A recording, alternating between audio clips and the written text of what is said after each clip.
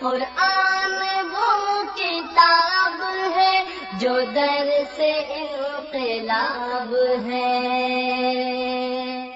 سمجھ کے گر کوئی پڑھے تو نور علی نور ہے۔ تو اللہ کے نبی صلی اللہ علیہ وسلم نے بیویوں کے ساتھ حسن سلوک کا حکم دیا ہے۔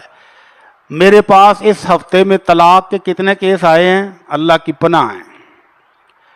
کسی نے تو صرف ابھی رخصتی بھی نہیں ہوئی اور طلاق دے دی ہے، رخصتی نہیں ہوئی اور طلاق دے کے فارغ بھی ہو گیا ہے، اور کسی نے نکاح کیا ہوا اور 5 سال سے بیٹی والے پریشان ہیں اور وہ صاحب برادر برات لے کے نہیں آ رہے، نہ والدین بات سنتے ہیں نہ دولہا صاحب بات سنتے ہیں اور سارے انسنی کر رہے ہیں، اور وہ بیچاری جس کا نکاح ہوا وہ لٹکی ہوئی ہے، اور اب کیا ہے جی طلاق تک بات پہنچ گئی۔ اور کئی بوڑھے طلاقیں دے رہے ہیں، کئی جوان دے رہے ہیں، کوئی نکاح کے فوراً بعد دے رہے ہیں۔ تو یہ طلاق دینے کا بھی کوئی طریقہ اور سلیقہ ہے کہ نہیں؟ اللہ رب العزت نے اس معاملے میں فرمایا وَلَا تَنْسَوُا الْفَضْلَ بَيْنَكُمْ، طلاق دینی بھی ہو تو آپس میں احترام، محبت، عزت کو مت بھولو، ایک دوسرے کے حقوق کا اس وقت بھی خیال کرو۔ میں سمجھتا ہوں کہ ہم سے وہ بدو اچھا تھا، ہم اپنے کو بڑا پڑھا لکھا سمجھتے ہیں، بڑا تہذیب یافتہ سمجھتے ہیں، بڑے اچھے معاشرے کے فرد سمجھتے ہیں، لیکن ہم سے وہ بدو جو صحرا میں رہتا ہے، جو اونٹنیاں چرا کے دودھ پی کے گزارا کرتا ہے اور کسی بھی بستی میں نہیں رہتا، اس کو شہری زندگی کا پتہ ہی نہیں، وہ اچھا ہے۔ کیوں؟ اس نے اپنی بیوی کو طلاق دی تو دوست یار آ گئے، اس دس پھر کی ہوا ہے، کیوں ہوئی طلاق، کی گل بنی، کوئی وجہ بھی تو دس۔ وہ کہتا خبردار چپ، ابھی وہ عدت میں ہے اور میری بیوی ہے، میں جب چاہوں صلح کر سکتا ہوں، تم کون ہوتے ہو میری بیوی کے بارے میں بات کرنے والے، زبانیں بند کرو، دفع ہو جاؤ یہاں سے۔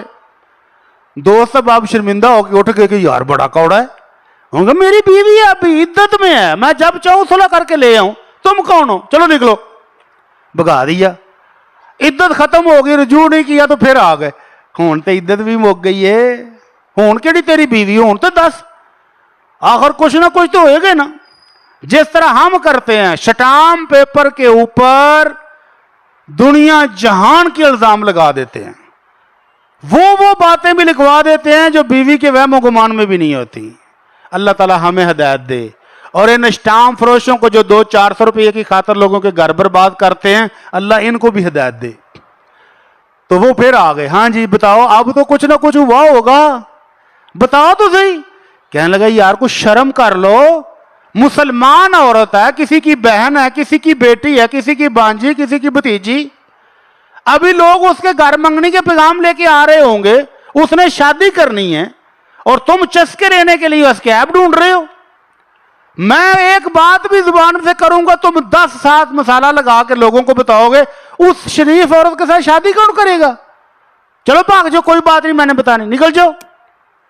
اب پھر وہ چلے گئے شرمندہ ہو گئے، شادی ہو گئی تو پھر آ گئے، ہونتے ہوتی شادی بھی ہو گئی، ہونتے دس دے، کیا وجہ تھی، کیوں طلاق دی تم نے؟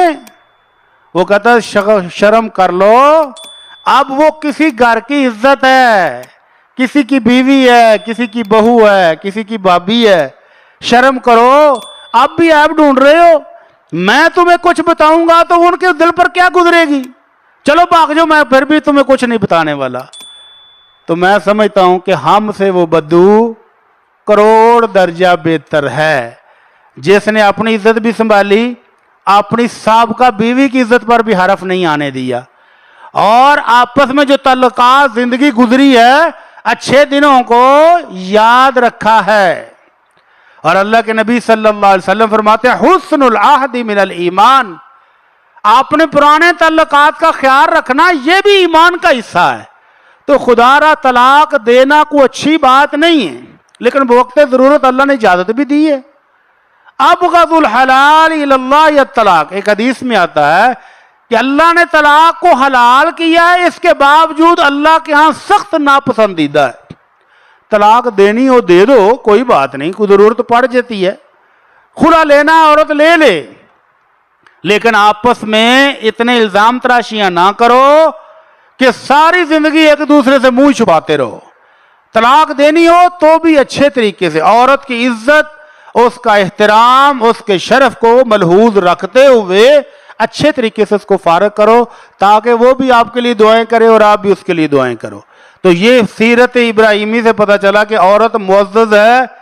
ہم عیسائی نہیں ہیں، ہم یہودی نہیں ہیں، ہم مشرک بھی نہیں ہیں کہ جن کے ہاں خامد طلاق دے دے تو عورت ساری عمر ویسے ہی بیٹھی رہے گی۔ نہیں، وہ چاہے تو عدت کے دوسرے دن ہی شادی کر لے۔ تو اللہ تعالیٰ سے دعا ہے کہ اللہ ہم سب کو دین کی سمجھ عطا فرمائے۔